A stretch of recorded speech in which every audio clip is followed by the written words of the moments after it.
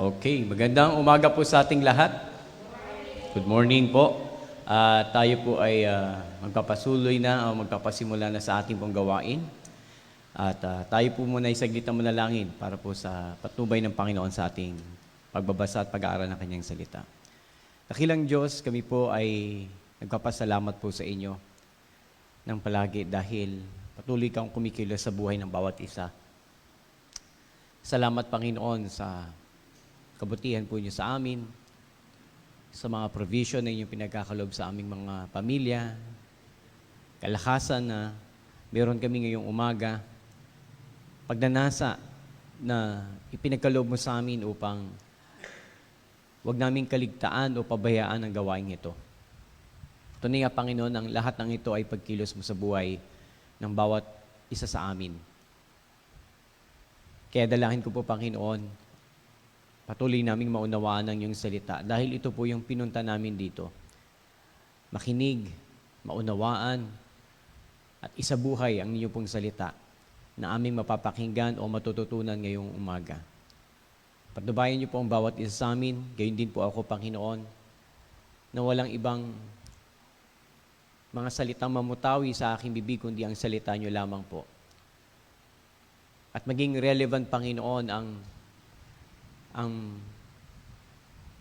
aming mapapakinggan sa aming kapanahunan. At maging totoo ang pagpapakahulugan namin kung kailan ito isinulat. Sa inyo po namin tinataas, Panginoon, ang gawain ito. Maging ang mga kapatiran po namin na papunta pa lamang dito, sila rin po, Panginoon, na inyong ingatan. Ang mga kapatid naman na nasa kanilang tahanan, na ngayon kasama namin through online, dalangin din namin, Panginoon, na maging malinaw din sa kanilang mensahe po ninyo at pagpalain niyo rin po ang bawat isa sa kanila. Mga kapatid na may karamdaman ngayong araw na ito, ay aking pong tinataas ang kagalingan po, Panginoon, na inyong igagawad sa kanila at kalakasan. Tibay ng pananampalataya, ipagkatiwala, Panginoon, ang anumang suliranin na meron po kami. Kayo rin ang mag-provide ng pangangailangan ng bawat isa. Patubayan niyo po kami sa buong araw na ito, Panginoon. At tulungan niyo po kaming may taas ang pangalan po ninyo. Ito po aming panalangin sa pangalan ni Jesus. Amen. So tayo po ngayon ay nasa chapter 22 na ng 2 Kings. Panibagong king ang ating pag-aaralan ngayong umaga, si King Josias. Siya po yung anak ni King Amon. Now, last 2 weeks I think, ang tatlong king na pinag-aralan natin is si King Hezekiah, isang mabait at mabuting hari, at ang anak niya na si King Manases na hindi naging mabuti at sabi naging mas masama pa kaysa kay King Ahab. At si King Amon, yung kanyang anak, na sandali lang, 2 taon lang nagsilbi at hindi rin siya naging mabuting hari. So si King Manases, siya po'y tumagal ng 55 taon, 55 years. Si King Amon naman ay 2 years lang. Now, ang pumalit kay King Amon ay ang kanyang anak na walang iba kundi si King Josias. At ang kanyang istorya, ang history po niya ay matatagpuan sa 2 Kings chapter 22 and 23. Siya po ang 16 na hari ng Israel na meron lang pong 20 kings. Okay, 4 kings na lang at matatapos na natin yung 2 Kings. Now, magsimula tayo sa verse 1. Sabi sa 2 Kings chapter 22 verse 1. Si Uzzias ay 8 taong gulang nang maging hari ng Juda. 31 taon siyang naghari sa Jerusalem. Ang ina niya ay si Jedidah na anak ni Adaiah na taga Boscat. Verse 2, ito yung summary ng kanyang paghari. Naging kalugod-lugod siya kay Yahweh sapagkat sinundan niya ang halimbawa ng ninuno niyang si David, ng buong katapatang sumunod sa mga utos ng Diyos. So as we can see, si King Josias po ay isang mabuting hari. Okay, at last nagkaroon na ulit ng mabuting hari ng Israel. At sabi rito kung bakit siya naging mabuti, dahil sumunod siya sa halimbawa ng ninuno niyang si David. Hindi siya sumunod sa mga ninuno niya na hindi sumunod sa Panginoon. Si David po ang naging standard o pamantayan ng pagiging mabuting hari. Si Haring David. Hindi si Haring Solomon, hindi si Haring Saul, kundi si Haring David. Kaya nga po ang tawag kay Haring David ng Panginoon is ang lalaki na malapit sa aking puso. So yun ang tawag niya kay Haring David, malapit sa puso ng Diyos. Now, si David po, bagaman hindi po siya naging perpekto dahil wala naman po talagang perpektong hari. Pero yung kanyang pagsunod sa Panginoon, ang nagpakita ng tamang panuntunan at pamantayan kung paano po magiging hari. Yan ang kailangan natin, no? Yung example, good example o isang mabuting halimbawa. And sa pagiging hari, sino po naging mabuting halimbawa? None other than King David. Now, ano kaya ang nangyari kay King Josiah at ano kaya yung kanyang mga ginawa na nagpakita ng kabutihan at pagiging tapat?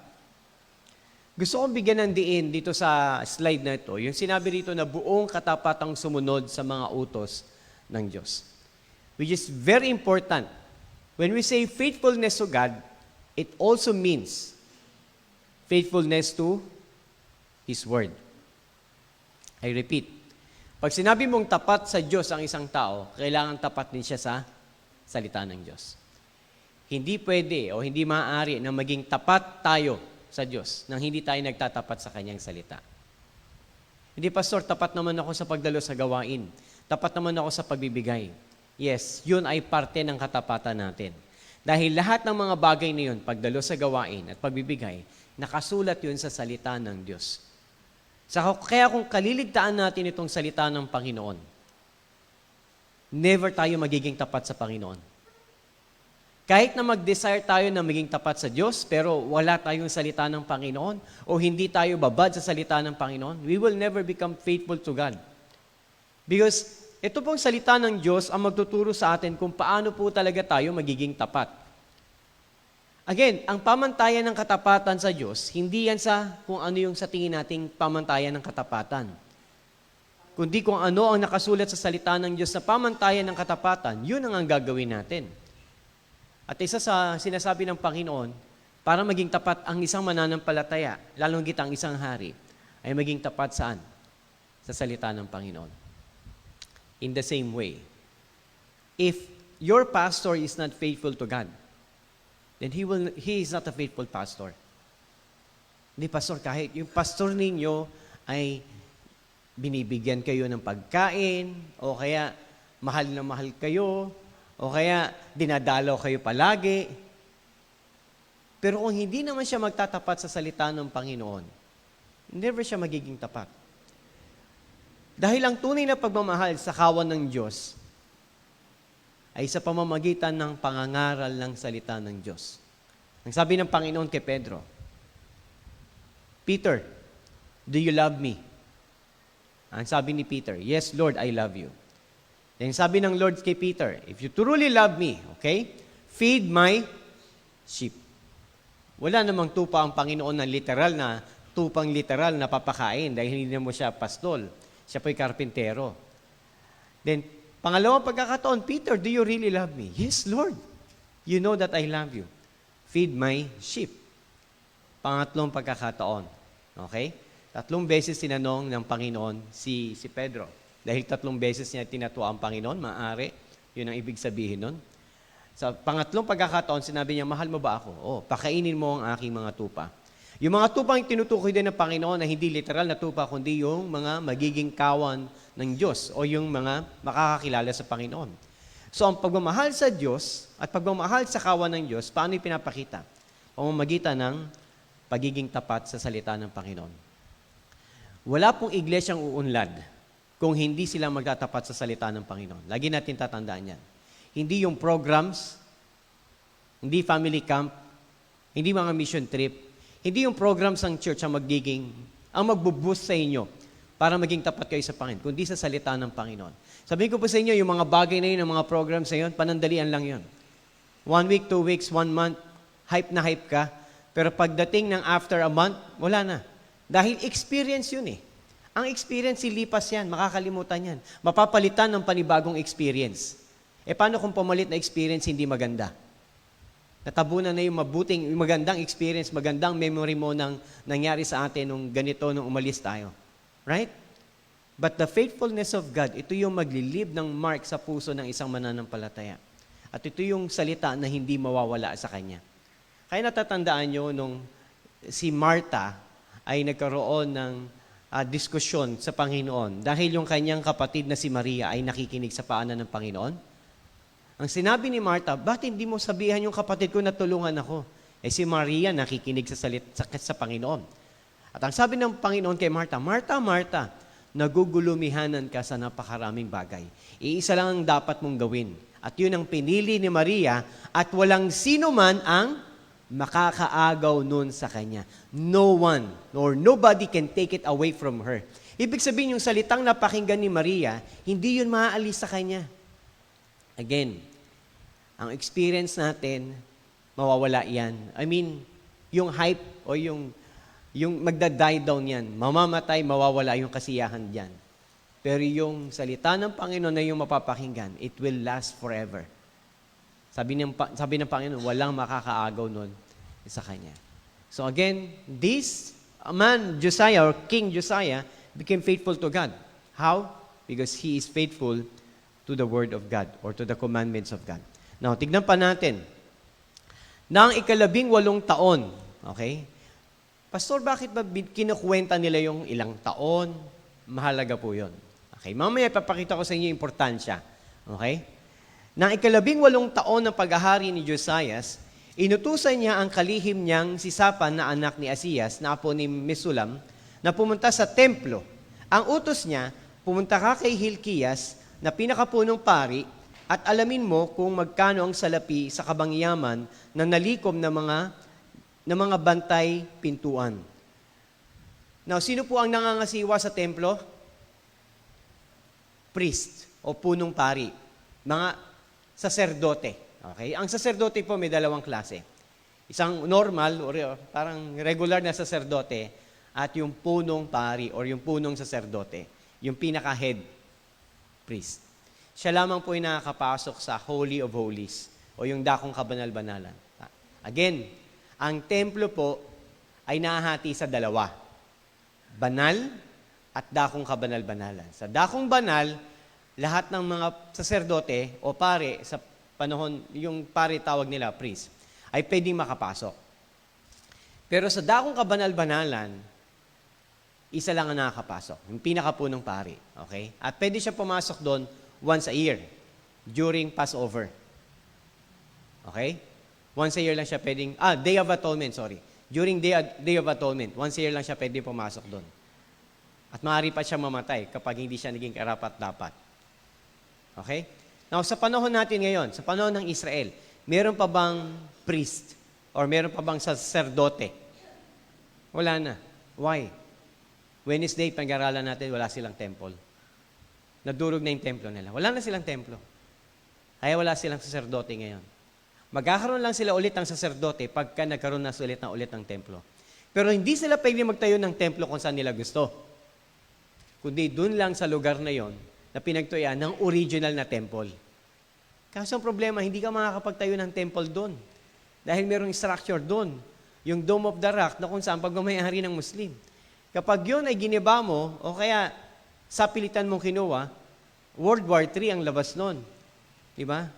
Lahat ng mga nasa Middle East na ang pananampalataya ay Islam, ay kakalabanin ang Jerusalem, ang Israel. That's why they cannot touch. At hindi rin nila papangasang gawin yun. But, bigyan ko lang kayo ng preview. Pero pagdating ng bago mag-second coming, makakapag-alay sila doon. At sinong gagawa ng paraan para makapag-alay sila doon? Si Antichrist. Makikipag-usap siya, makikipag-negotiate siya sa mga Muslim na payagan ng Israel na makapag-alay doon sa temple na yon. Then after that, i-break niya yung covenant, kakalimutan niya Israel at papahirapan niya Israel. So kaya naging minahal ng tao si Antichrist during the first 3.5 years ng kanyang 7 years kasi siya 7 years kasi siya mamumuno, hindi lang sa isang bansa, sa buong mundo. 7 years. Okay? He is the president of the world for 7 years, si Antichrist. Now, kung bakit maraming tao ang naniwala sa kanya? Kasi wala pa sa history na merong isang tao nakipagkasundo sa mga Muslim at sa mga Hudyo na mag-isa sila. So kaya lahat ng tao naniwala sa kanya. Kasi nga, first 3.5, para siyang para siyang tupa, maamong tupa. Pero pagdating ng last 3.5, doon niya ipapakita yung kanyang tunay na kulay. At i-demand niya na ang lahat ng tao ay sambahin siya. Kaya during the rapture, magkakaroon ng, dahil malungkot ang mga tao, siya yung papawi ng kalungkutan. Kukuhain niya yung tiwala ng lahat ng tao, kaya lahat ng tao susunod sa kanya. Hindi siya magpapakita ng kasamaan. Magpapakita siya ng kabutihan for the first 3.5. For the last 3.5, doon niya ipapakita yung kanyang tunay na kulay.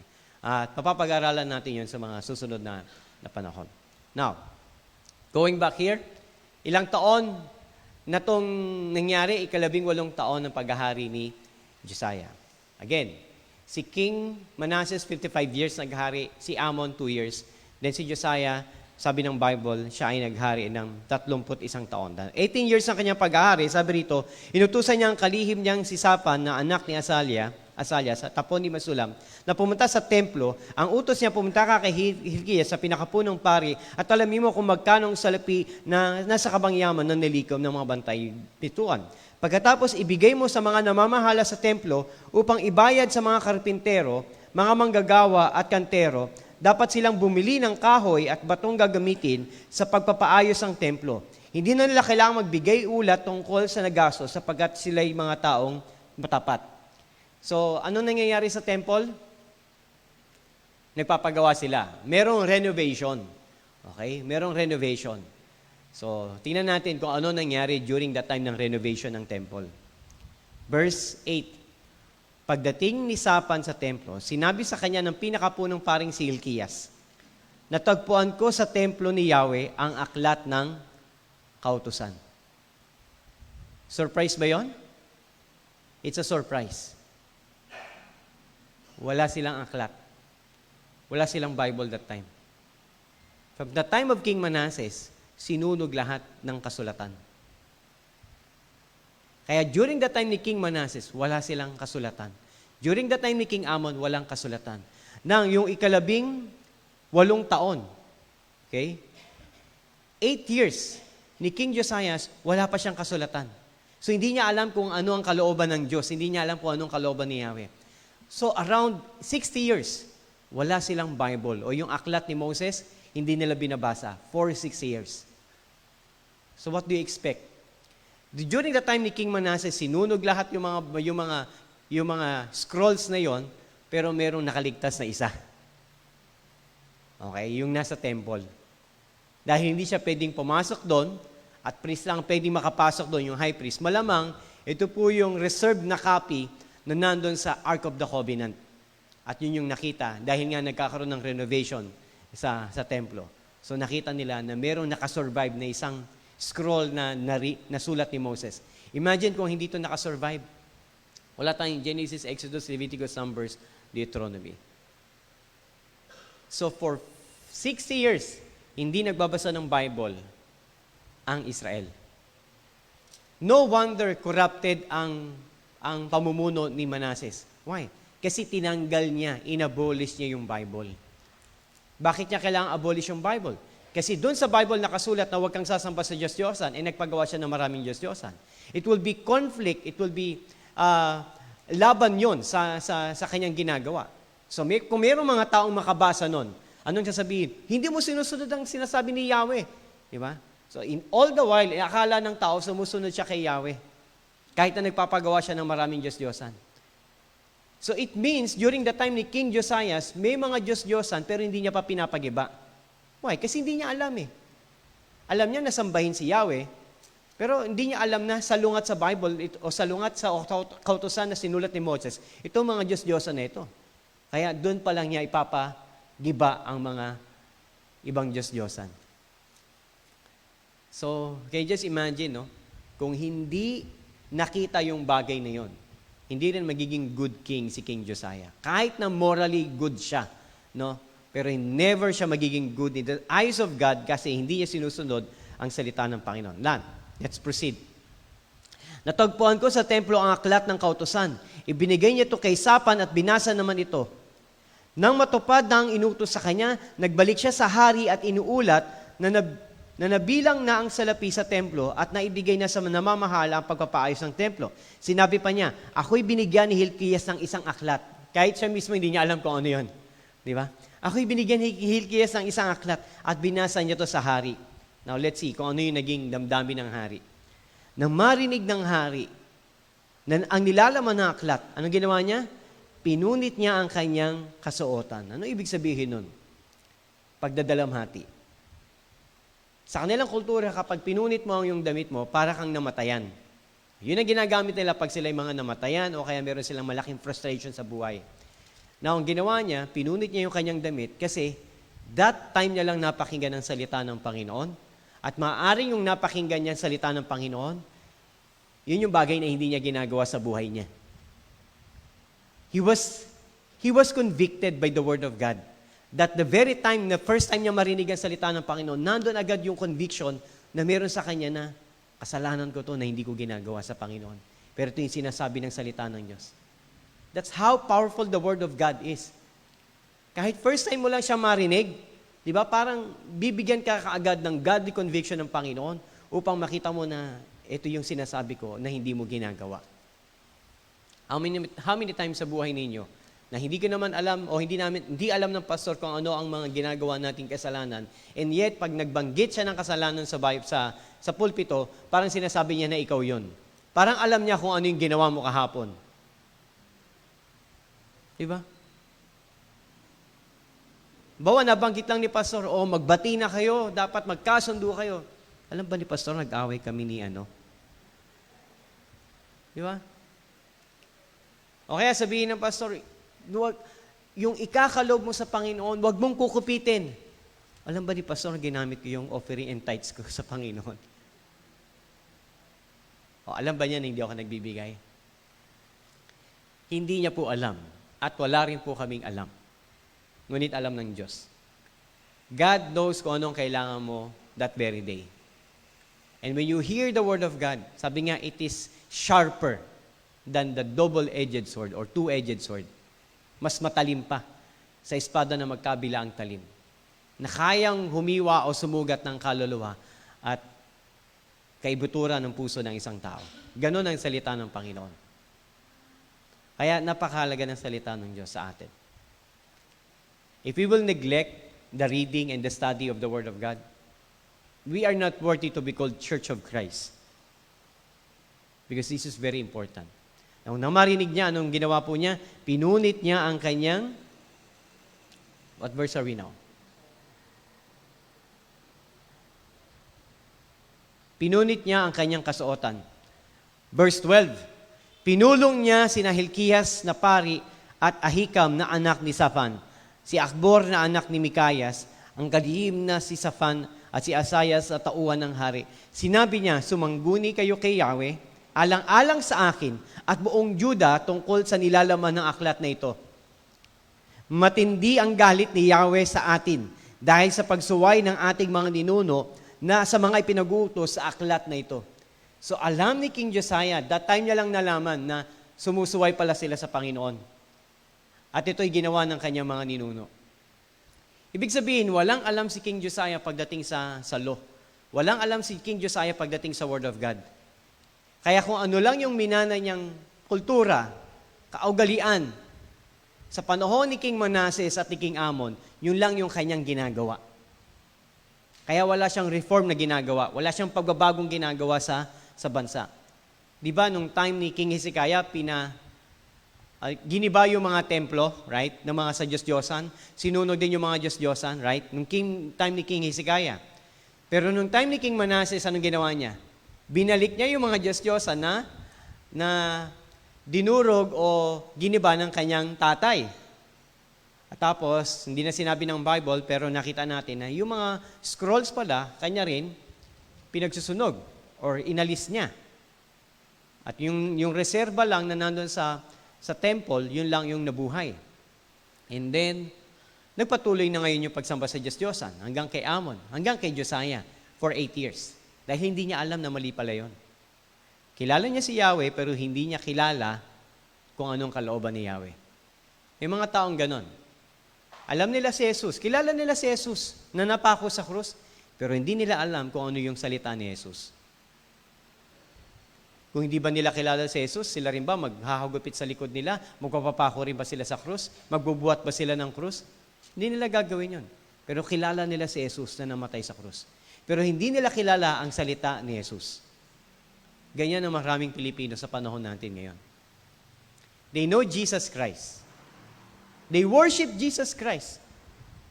But they do not say Jesus Christ. If they will just know the words of Jesus Christ. So yun ang kailangan nilang malaman, yung salita ng Panginoong Yesus. Kasi walang tunay na pagkakakilala kay Kristo kung hindi mo alam ang salita ni Kristo. Kaya dito sa church, it's not na pinagmamalaki ko ang church natin. Ang sino mang tunay na church, dapat, kung sentro si Kristo, dapat yung salita ni Kristo ang pinag-aaralan. Kaya kayo po, di ba, nakikita nyo ang salita ng Panginoon sa screen ninyo, binabasa ninyo, alam ninyo kung nasa salita ba ng Panginoon yung aking tinuturo, yung aming tinuturo o wala. It must be here, it must be clear sa salita ng Panginoon. Now, proceed po tayo. Ang lahat, sabi dito sa verse 15. Verse 13. Sumangguni kayo kay Yahweh, alang-alang sa akin, sa buong Juda, tungkol sa nilalaman ng aklat na ito, kasi nga hindi na nila nababasa, matindi ang galit ni Yahweh sa atin dahil sa pagsuway ng ating mga ninuno sa mga ipinagutos sa aklat na ito. One thing pa na nakita ko dito, sino ang sumuway? Mga ninuno niya. Pero anong sabi ni King Josiah? Matindi ang galit ni Yahweh sa atin, hindi sa kanila. Tama? Because He is the King. Hindi niya pwedeng sabihin, hindi siya pwedeng magugas ng kamay, sila lang yon, hindi ako kasama. Okay. The fact na ikaw rin, sinusunod mo rin yung ginawa ng ninuno, although hindi niya alam, kasi nga walang Bible that time, sinunog ni King Manasseh. Okay? Isa lang ang natira, ito lang yung nakita nila sa templo. Kaya sinama niya yung sarili niya. Kung hindi nila babaguhin, asap po ito, asap pa. Kung hindi nila itatama as soon as possible, yung mga maling practice na naman niya kay King Manasseh, mananatili yung galit ni Yahweh sa kanila. Verse 14. Ang paring si Hilkias at sina Ahikam, Akbor, Safan at Asiyas ay nagpunta nga sa isang babaeng propeta. Okay, meron sa panahon po nila pwede pong propetang babae. Ang tawag po doon, prophetess. Okay? Babaeng propeta. Pero wala pong babaeng pastor. Okay? Kasi po, ang pastor po talaga ay tinalaga sa pangangasiwa o sa pangangasiwa, pangunguna sa church. Okay? Kaya hindi po pwedeng manguna ang babae because by order, lalaki po ang unang inilika ng Panginoon. Now, but it doesn't mean hindi ka pwedeng mag-Bible study. Okay?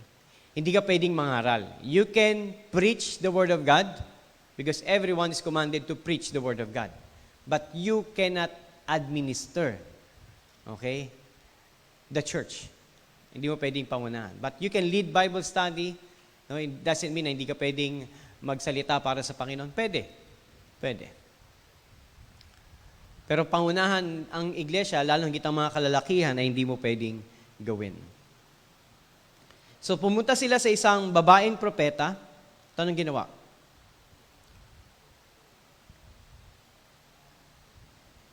Siya ay sa ikalawang purok ng Jerusalem nakatira, verse 15.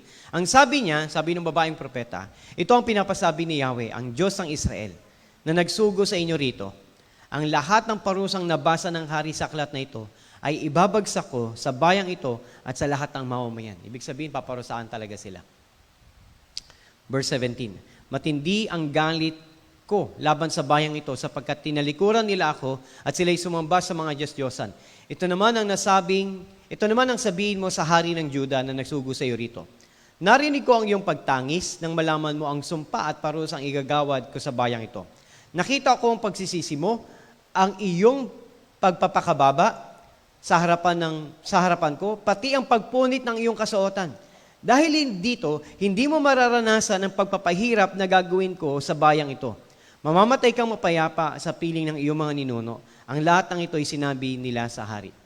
What does it mean? Yung parusa ni Yahweh sa Juda, hindi na yun ma-uplift, o malilift up, sorry. Hindi na yun aalisin. Paparusahan na talaga ang Judah. Final na yun. Kahit na si King Josiah, nagrepent siya. Okay, bakit nagrepent? Para sa mga kapatid natin bagong dating, bakit nagrepent si King Josiah? Kasi hindi niya alam kung ano yung kasalanan before. Kasi yung Word of God, the time ni King Manasseh ay hindi na binabasa. Sinunog niya. Pero meron silang nakita habang nagkakaroon ng renovation sa temple, may isang kasulatan ni Moses, at doon binasa sa kanya, at doon nalaman niya na ito pala yung kalooban ni Yahweh, na hindi niya alam for 8 years. So ang sabi ng Panginoon, paparusahan ko pa rin ng Judah, ikaw, mamamatay ka mapayapa, pero yung mga susunod na generation, parurusahan ko talaga sila. What does it mean? It means, after King Josiah, yung mga susunod din na hari, hindi rin magiging mabuti. O hindi magiging mabuti. Okay? Next. Verse 4. Saan na tayo? Verse 17. Okay. So punta tayo sa verse chapter 2. Chapter 23 na tayo. So that's the end of 2 King chapter 22. Okay? Yung slide ko tumalon ata. Sige, babasahin ko na lamang po dito.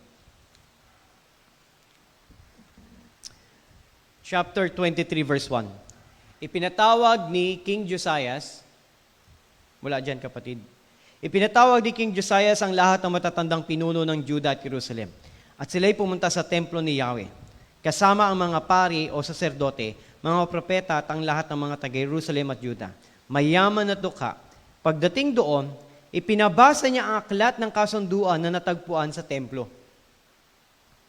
Verse 3, pagkabasa, tumayo siya sa tabi ng haligi ng hari tumayo sa tabi ng haligi ang hari at nanumpang susunod sa kautusan ni Yahweh. Sa lahat ng tuntunin nito, ang lahat ng naroon ay nakiisa sa hari sa panunumpa nito sa kasunduang ginawa ni Yahweh. So, nung binasa na in public yung kasulatan, anong ginawa ni King Josiah? He made the covenant na susundin niya kung ano yung nakasulat doon sa kasulatan na yon. Dapat po kasi, every time na magpapalit ng hari, pasusumpain mo na yung hari doon sa mga nakasulat sa kautusan. Kasi yun ang sinabi ni Yahweh sa Deuteronomy. Ang sino man magiging hari, meron siyang copy ng Bible, meron siyang copy ng kasulatan ni Moses, at susumpa siya na susundin niya ang lahat ng naroon. Pero hindi na yun nangyayari. Simula nung sumuway ang mga hari, hindi na nila yung ginagawa. Yun yung tamang practice na dapat gawin na hindi nila ginagawa. Yung sumumpa sa harapan ng Panginoon, na susundin nila yung kautusan. So pagdating kay King Manasseh, hindi niya yung ginawa, bagkus sinunog pa niya ang mga copy ng kasulatan o hindi niya ito binabasa. Now, going to verse 4. I think yan, kapatid, meron na. Ang lahat ng kagamitan sa loob ng templo na may kaugnayan kay Baal, kay Asherah, sa mga bituin, ay ipinlabas niya kay Hilkias. So now, he will make things right. Kasi alam niya na kung anong sinasabi ng kasulatan. So, yung mga naroon sa loob ng templo ni Yahweh, na sina Baal, Asherah, sino po itong mga to? Mga Diyos-Diyosan po ito. Okay? Mga ribulto na Diyos-Diyosan. Ang pinakapunong pari, gayon din sa mga katulong ng pari, sa mga bantay ng templo, ipinasunog niya ang mga iyon sa labas ng Jerusalem, sa libis ng Kedron, at dinala sa Bethel ang abo. Pinaalis niya ang mga paring itinalaga ng mga unang hari ng Juda upang magsunog ng insenso sa dambana ng mga Diyos-Diyosan sa Juda at sa palibot ng Jerusalem. Pinalayas din niya ang mga paring nagsusunog ng insenso para kay Baal, para sa araw, buwan, at sa bituin sa langit. So, meron din palang mga saserdote o priest, yung mga Diyos-Diyosan, na inassign ng mga unang hari na sumasamba sa Diyos-Diyosan. So, anong ginawa ni King Josiah? Inalis niya yung mga Diyos-Diyosan, pati yung mga pari doon pinagtatanggal din niya, pinaalis niya rin. Verse 6, ang rebulto ni Asherah ay pinalabas niya sa templo at ipinadala sa labas ng Jerusalem, sa libis ng Kedron, at doon ipinasunog. Pagkatapos, ipinadurog niya ang uling niyon at ipinasabog sa libingan ng mga karaniwang tao. Ipinigiba niya ang tirahan ng mga lalaki at babaeng nagbebenta ng panandaliang aliw sa templo bilang pagsamba, kung saan hinahabi rin ng mga babae ang mga toldang ginagamit sa pagsamba sa Diyos-Diyosan si Asherah. That time sa kanila, ang prostitution is not for money. Ang prostitution sa kanila is worship. Sa pagsamba sa Diyos-Diyosan. Okay, ganun sila sumamba sa Diyos-Diyosan nila. Okay? So, doon pa lang makikita mo na alam mo mali ang pagsamba eh. Okay? May halong kahalayan. Di ba? May halong pagsamba sa hindi tunay na Diyos. Pag-aalay ng anak, ginagawa pa po nila yung that time. So alam natin na the worship is really wrong. And they are worshiping false God. Now, verse 8. Tinipon ni Josiah sa Jerusalem ang lahat ng pari ng mga dambana ng mga Diyos-Diyosan sa gawing kaliwa ng pintuan ng tirahan ni Josue na gobernador ng lungsod. Ngunit ang mga pari naglilingkod sa mga dambana ng mga Diyos-Diyosan ay hindi pinayagang magandog sa altar ni Yahweh. Nakisalo na lamang sila sa kapwa nila pari sa Jerusalem sa pagkain ng tinapay na walang pampalsa. Ipinagabari niya ang dambana sa libis ng Ben-Hinnom upang wala na makapagsunog ng kanilang anak bilang handog kay Molek.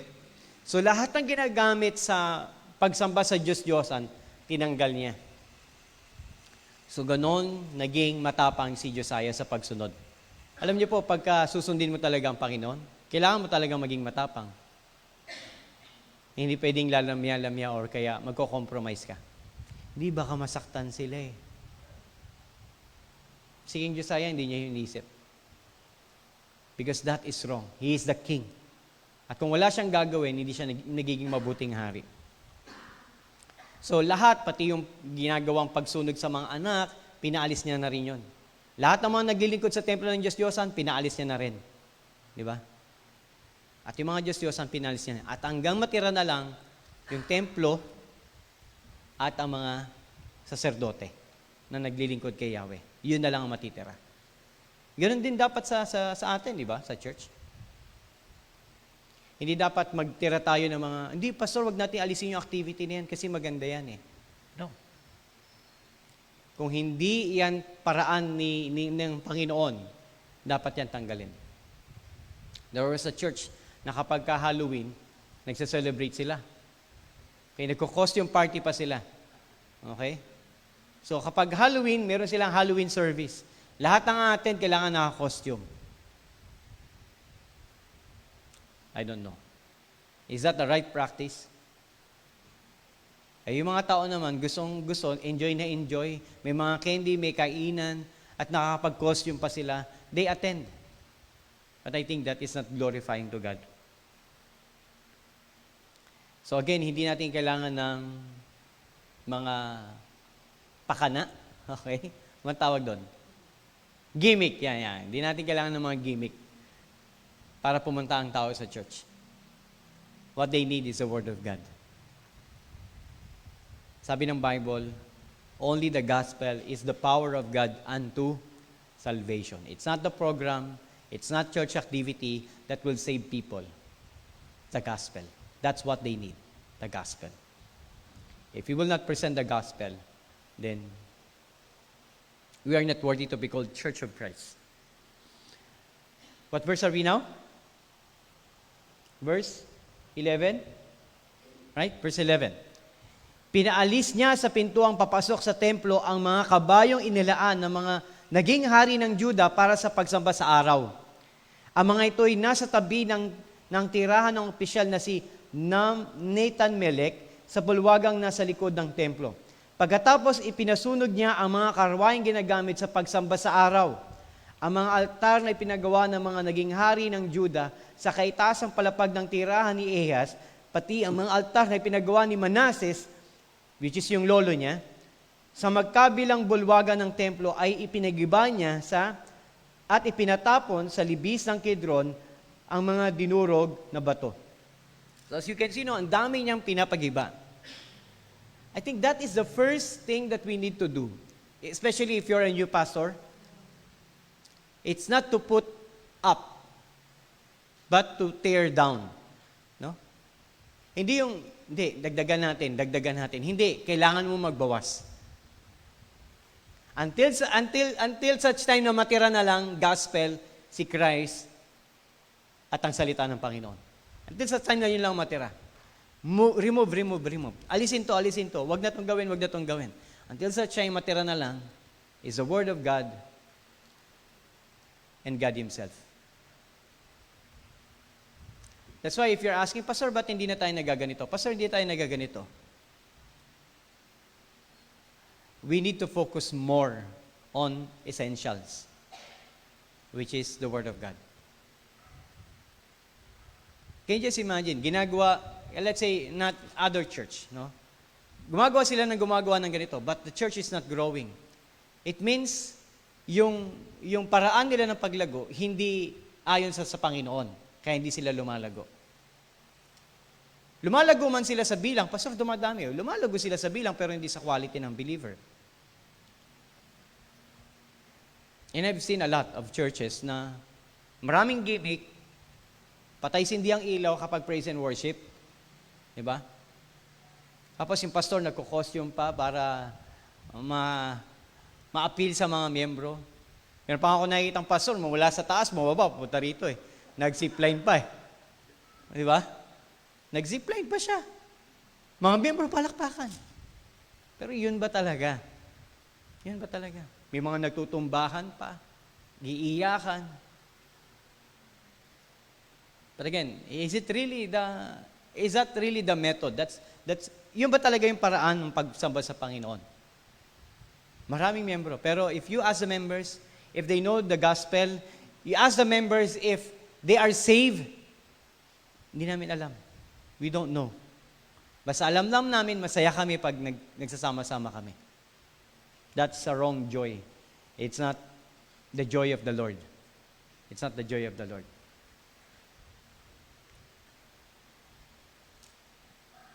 Sometimes, pagka meron naririnig na believer, okay, magpapasalamat siya sa Panginoon, isang believer, especially from other church, ibang-iba yung pasasalamat ng malalim na mananampalataya. Sa pasasalamat ng isang, hindi mo alam kung malalim ba siya mananampalataya. Of course, hindi siya malalim na mananampalataya. O kung mananampalataya ba talaga siya. Now, let's proceed. Verse 13. Verse 13. Ipinagabari niya ang mga altar sa silangan ng Jerusalem sa gawing timog sa bundok ng Olibo. Ang mga ito'y pinagawa ni Haring Solomon. Okay? Si Haring Solomon na paggawa nito, ipinagaba niya rin. I don't care kung anong pangalan mo. Kahit na Solomon pa ang pangalan mo, anak ni David, isang matalinong hari, basta nagpagawa ka ng mga dambana na hindi para kay Yahweh, aalisin. Yan ang ginawa ni Josiah.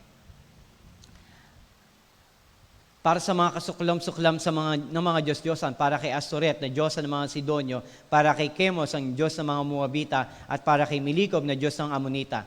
At ipinagabari niya ang mga ribultong bato at mga sagradong haligi at mga lugar na pinag-alisan ng mga ito ay pinatambakan niya sa mga ng kalansay ng mga tao. Ipinagaba niya, verse 15, puro pagpapagiba po, no? Ipinagabari niya ang mga dambana sa Bethel na ipinagawa ni Jeroboam, na anak ni Nebat na nanguna sa Israel upang magkasala. Ipinadurog din niya ang mga bato at ipinasunog ang ribulto ni Ashira. Nang makita niya ang libingan na sa isang bundok na di kalayuan, ipinuhukay niya ang mga kalansay doon at ipinasunog sa dating kinatatayuan ng altar upang hamakin ang mga ito. Ang lahat ng ito ay ginawa ayon sa salita ni Yahweh na ipinahayag sa pamamagitan ng kanyang propeta. Wala siyang ginawa na hindi ayon sa salita ni Yahweh. Yung mga ginawa niyang pagpapagiba, dahil ito yung ayon sa salita ni Yahweh. Nang makita niya, verse 15, ito yung isang interesting story. Okay? And you will be amazed with this story. I tell you. Ipinagiba niya ang isang puntod. Itinanong niya, kaninong puntod iyon? Puntod po iyon ng propetang mula sa Juda. Siya po ang naghayag o nagpahayag noon tungkol sa pagwasak na ginawa ninyo ngayon sa altar ng Bethel, sa Bethel. Sagot ng mga taga roon. Sinabi niya, kung ganoon, huwag ninyong gagalawin ang kanyang kalansay, kaya hindi nila ginalaw ang mga buto niya, pati ang kalansay ng propeta mula sa Samaria. Ano sabi? Yung propeta daw na ito, siya raw yung nagpahayag even before ng gagawin po ninyo. So, ibig sabihin yung gagawin ni King Josiah, prophesied na. Alam na nila na mangyayari yon. Saan yun, Pastor? 1 Kings chapter 13. 100 years na nakalipas. Actually, 1,000 years I think. 1,000 years na. Okay, ang nakalipas. Buksan natin. Wala dyan sa slide, sorry, di ko nalagay. Buksan niyo yung Bible niyo, 1 Kings chapter 13.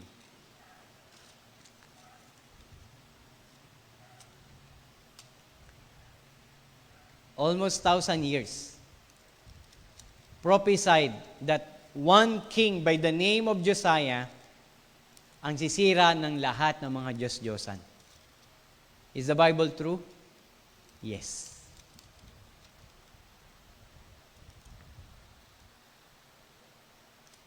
Chapter 13. Verse 31. Ay, sorry. Verse 13, chapter 1. Chapter 13, verse 1. Verse 1. Samantalang nakatayo si Jeroboam. Who is Jeroboam? Sino si Jeroboam?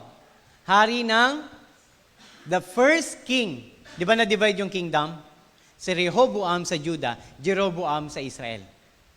Dahil ayaw ni Jeroboam na sumamba ang mga Israel sa Juda, sa templo, kaya ginawa niya, nagpagawa siya ng sariling Diyos-Diyosan sa Israel. Samantalang nakatayo si Jeroboam sa harap ng altar sa Bethel upang magandog, dumating mula sa Juda ang isang propeta ng Diyos. Inutusan siya ni Yahweh na sumpain ang altar na iyon, wika niya. Altar o altar, pakinggan mo ang pinasasabi ni Yahweh. Isisilang sa angkan ni David ang isang lalaki na papangalan ng Josias.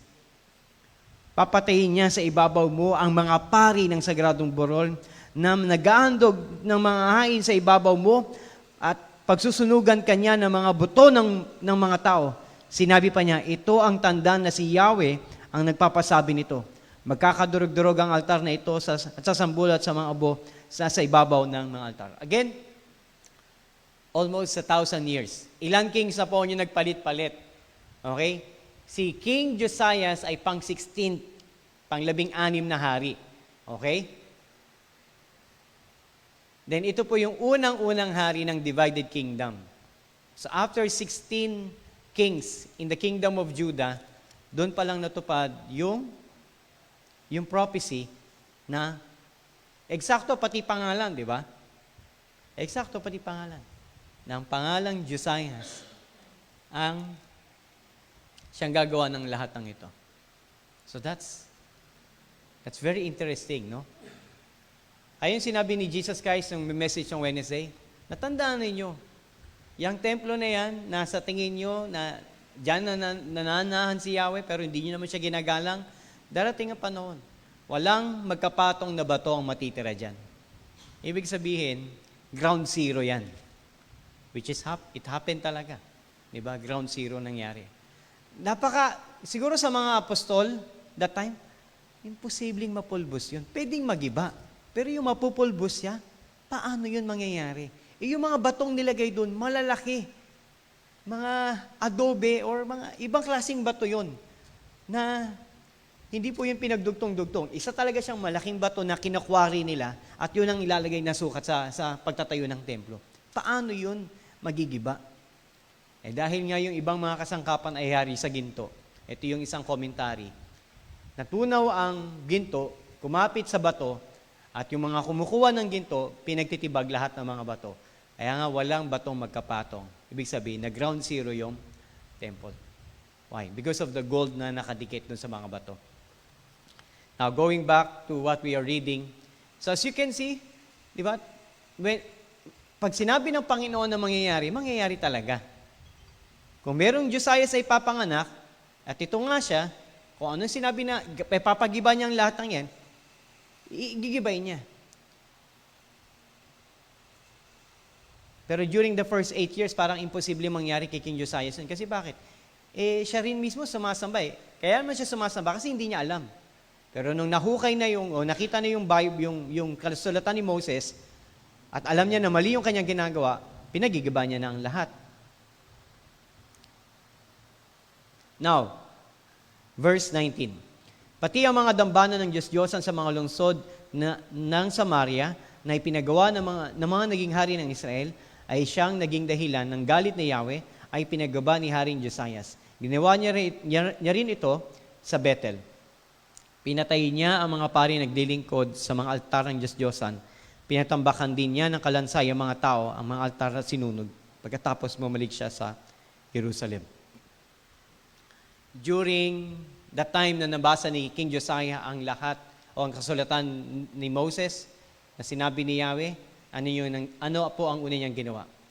Inalis niya yung mga kasalanan, pagsamba sa Diyos-Diyosan sa kanyang kaharian. Which is, that's a good thing. Nakikita ko po dito, bago ka sumunod sa Panginoon, kailangan linisin muna ang pamumuhay natin. Repent and believe. That's very powerful.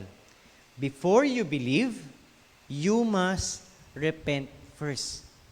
Kasi kung maniniwala ka lang at hindi ka magsisisi sa iyong mga kasalanan, ano ibig sabihin nun? Mamumuhay ka pa rin sa kasalanan mo, pero naniniwala ka naman. That's a good thing. No. Ayaw ng Diyos, nasasambahin mo siya, pero mamumuhay ka pa rin sa dating buhay mo. No. You must repent. So yun ang ginawa ni King Josiah. And true repentance will be seen in our actions at nakita sa kanyang mga gawa. Totoo ba na pinagsisihan niya ang pagsamba sa Diyos-Diyosan? Yes. Pinagiba niya pa nga ang mga ito eh. Now, verse 21. Ipinagdiwang ni Josiah ang Pasko o Passover. Ipinagutos ni Haring Josiah sa mga tao, ipagdiwang natin ang Pasko ni Yahweh ayon sa nakasulat sa aklat ng tipan. What does it mean? Two things. Maaring nagdidiwang sila ng Passover pero hindi ayon sa nakasulat. Or totally hindi sila nagdidiwang ng Passover kasi hindi nila alam. Pero ako, I'm leaning towards na alam nila na mayroong Passover kasi history yun. Alam nila na mayroong Passover kasi through mouth pinapas yun sa mga ninuno. Pero hindi nila alam yung tamang paraan ng pagdiriwang ng Pasko. Okay? Sapagkat mula pa sa panahon ng mga hukom ay wala pang hari sa Juda sa Israel ang nagdiwang ng Pasko. Ngunit ang 18 taon na pag-ahari ni Josiah, pinagdiwang ni Jerusalem ang Pasko ni Yahweh. Verse 24. Pinaalis ni Josiah sa mga sumasangguni sa espiritu ng namatay na, mga manghuhula, mga Diyos-Diyosan, at lahat ng kasuklam-suklam ng mga bagay sa buong Juda sa Jerusalem. Bilang pagtupad sa mga kautusan na sa aklat na natagpuan sa Hilkiah sa templo. Sa mga haring nauna sa kanya, at maging sa mga sumunod ay walang maitutulad sa kanyang katapatan kay Yahweh. Pinaglingkuran niya si Yahweh ng buong puso, buong kaluluwa at buong lakas, at sumunod ng buong kautusan ni Moses. Ngunit hindi pa rin napawi ang matinding galit ni Yahweh sa Juda dahil sa kasamaang ginawa ni Manases. Kaya't sinabi ni Yahweh, itatakwil ko ang Juda tulad ng ginawa ko sa Israel, ganun din ang gagawin ko sa lungsod ng Jerusalem, sa aking pinili. Pati ang templong sinabi ko na doon sasambahin ang aking pangalan. So because sa ginawa ni Manases, yung lolo niya, hindi pa rin napawi yung galit ng Panginoon sa kanila. Now, last slide natin, ang pagwakas ng paghahari ni Josias. Ang iba pang ginawa ni Osias ay nakasulat sa kasaysayan ng mga hari ng Juda. Nang panahong iyon, ang bahagi ng Assyria sa gawing Ilog Euphrates ay sinalakay ni Neco na faraon ng Ehipto. Sumaklolo si Haring Osias sa hari ng Assyria, ngunit napatay siya sa Megiddo. Ang kanyang bangkay ay kinuha ng kanyang mga kasama at inilibing sa kanyang libingan sa Jerusalem. At si Jehoahaz na anak niya pinili ng mga taong bayan bilang hari kapalit ng kanyang ama. Now, that's King Josiah. Now, what can we learn from King Josiah? Is he a good king? Yes. Paano siya naging mabuting hari? Una, pinaalis niya yung mga pagsamba sa Diyos-Diyosan. Okay? Again, review tayo, recap tayo. Nung nanungkulan si King Josiah, bata pa siya, I think 8 years old siya. Okay, 8 years old nung nanungkulan siya. After 8 years, nakita yung kasulatan sa templo. Kasi nag-renovate sila, nakita yung kasulatan. At nung binasa sa kanya yung kasulatan, doon lang siya nagkaroon ng conviction na ito pala yung dapat gawin na hindi ko alam. Kaya yung mga Diyos-Diyosan, pinaalis niya na. Kasi hindi niya alam na bawal pala yun eh. Pati yung mga pag-aalay, pinaalis niya na. Hindi niya kasi alam na bawal pala yun. And then, yung mga dapat gawin, doon pa lang niya tunay na ginawa.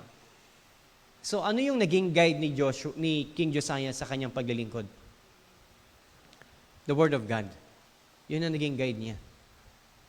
Which is, nawala sa Israel for 60 years. King Manasseh, wala. King Amon, 2 years, wala. King Josiah, during the first 8 years, wala pa. Then after that, nagkaroon na. At doon lang naging maayos yung kanyang panunungkulan. That's how important the Word of God is sa buhay ng isang hari. Lalong sa buhay ng isang mananampalataya. Now, the question is sa atin, do you read the Word of God? Ang sabi ng isang mangangaral, ang salita ng Diyos ang mag-aalis sa iyo sa kasalanan. Tama nga naman, Psalm 119. Di ba ang sabi? Let your word dwell in my heart so that I will not sin against you. Tama. Ang salita ng Diyos ang mag-aalis sa iyo sa kasalanan. Or, ang kasalanan ang mag-aalis sa iyo sa salita ng Diyos. Dalawa lang yan. Lumayo ka sa kasalanan dahil sa salita ng Diyos, o lumapit ka sa kasalanan dahil lumayo ka sa salita ng Diyos. So, ano ang pipiliin natin? I hope araw-araw binabasa natin ang salita ng Panginoon. Available naman to sa atin. Meron ba kayong Bible sa bahay? Kung wala, bibigyan po namin kayo. Meron, Nanay Rose? Meron. Okay?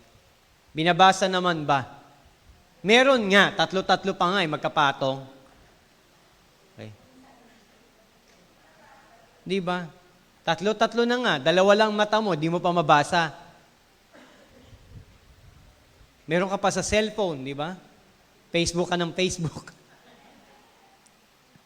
Hindi ka mag-book. Facebook, di ba? Hindi ka magbasa ng Bible. Sabi nga ng quotation, di ba? Facebook ka ng Facebook, but you do not face the book. Di ba? Masama po ba ang Facebook? Hindi.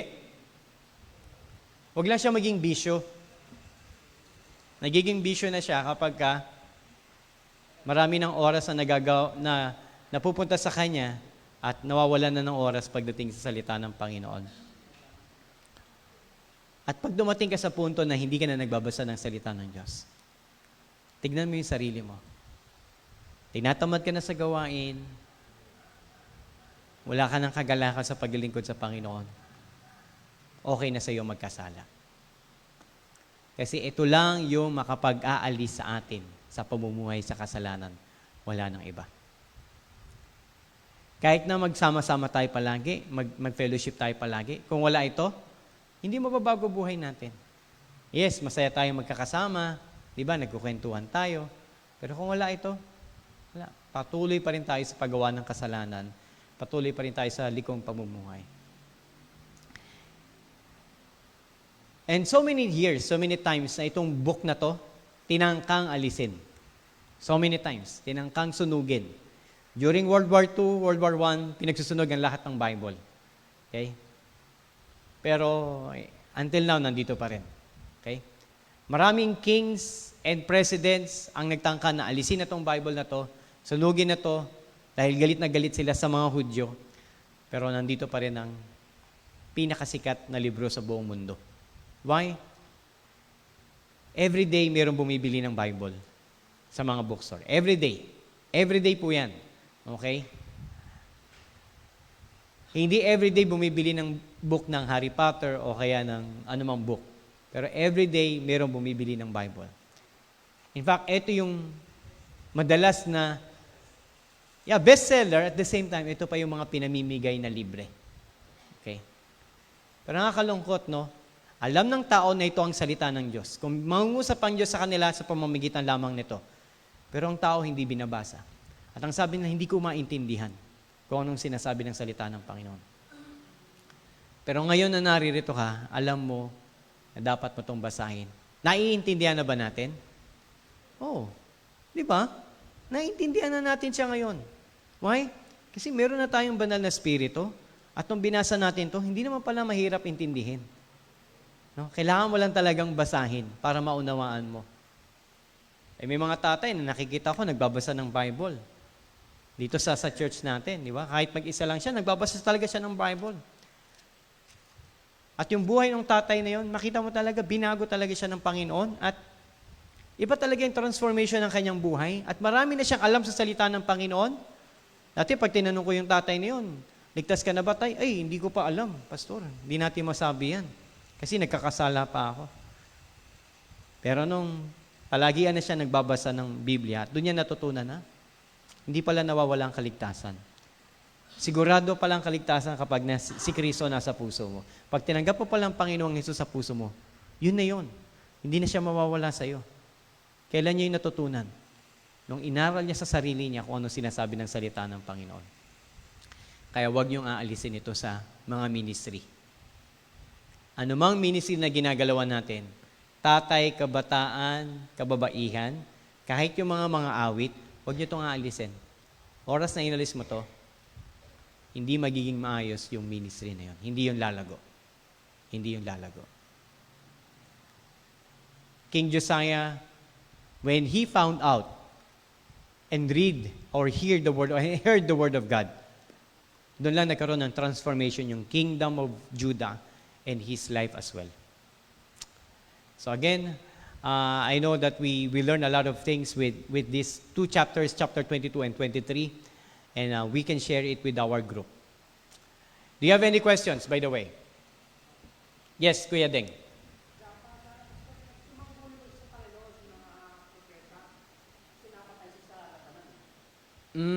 Okay. Yung time na yun na lumab sa pakipaglaban, wala nang sinabi ang Bible eh. Pero more likely, I would assume, hindi siya sumangguni eh. Hindi siya sumangguni. Kasi away na yun ng Assyria at ng Egypt eh. Hindi niya na dapat panghimasukan yun eh. Oo, away na yun ng Assyria. Ang Assyria kasi, di ba ang Samaria o ang Israel, nasakop na ng Assyria. So more likely, naging alay niya yung Assyria. Kakampi niya yung Assyria. Kaya maaaring pinayagan din siya ng Assyria na tanggalin yung mga Diyos-Diyosan doon sa Samaria. Pinayagan siya. Siguro doon nagkaroon ng develop ng relationship sa kanila. And nung nagkaroon ng digmaan ang Egypt at ang Assyria, sumama siya. Which is, I don't know kung dapat ba siyang sumama o hindi. Para I think hindi dapat. Hindi na siya dapat makisama. Kasi hindi naman ng totoong Diyos ang sinasamba ng mga yun. So doon siya napatay. Any other questions? Okay. Kung wala na po, I think we're excited to share what we have learned. And I hope we share sa ating mga kagrupo, no? Even yung personal na natutunan niyo po ngayon. Okay? Kasi minsan, no, habang nagsasalita ang pastor sa atin, no? Kahit ako rin, kung may pastor nagsasalita, yung kanyang sinasabi, dinadagdagan ko na sa sarili ko eh. Parang, hindi man niya sinabi yung specific na yon, pero sa aking sarili, sinasabi na ng Panginoon. Pero sa pamamagitan niya, nabuksan yung topic na yun sa buhay ko. Sa maaaring ganun din sa buhay natin. Tayo po'y manalangin. Dakilang Diyos na makapangyarihan sa lahat.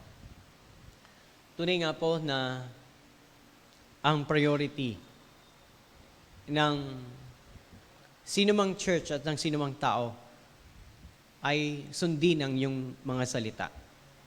At kung paano namin ito masusunod, kailangan merong mangaral at kailangan merong magbasa nito sa amin. O kami mismo sa aming mga sarili ay basahin ito. Tulungan mo kami, O Diyos, sa aming mga buhay, na hindi lang kami maging tagapakinig, kundi maging tagapagsagawa din kami at tagapagbahagi ng iyong salita. Tulungan mo ang iglesyang ito na lumago, hindi lamang sa bilang, kundi lalong higit lumago kami sa pagkakakilala sa inyo sa pamamagitan ng inyong mga salita. Tunay nga, Ama, na hindi ka po namin makikilala sa pamamagitan ng aming mga personal experience. Ang tunay na pagkakilala sa inyo ay sa pamamagitan lamang ng inyong salita. Mawawala ang lahat ng bagay dito sa lupa, ngunit ang salita mo ay mananatili. At kayo po ay tapat sa inyong salita. Nawa, Panginoon, ang bawat isa sa amin, katulad ni Josue, pagbulayan araw at gabi ang inyong pong mga salita. Salamat, O Diyos, sapagkat ito'y hayag sa amin. At ito, Panginoon, ay hindi ikinukubli ng aming mga tagapagturo. Ito'y inihahayag sa amin. Maraming salamat. Dalahin ko rin, Panginoon, ang aming mga pastor. Bigyan niyo po sila ng karunungan upang sila po, Panginoon, ay maging tapat sa salita po ninyo at walang ibahagi sa amin kundi ang salita niyo lamang po. Salamat, O Diyos, sa salita na aming napakinggan ngayong umaga at sa paalala ang kahalagahan ng iyong salita. Ito po aming panalangin sa pangalan ni Jesus. Amen.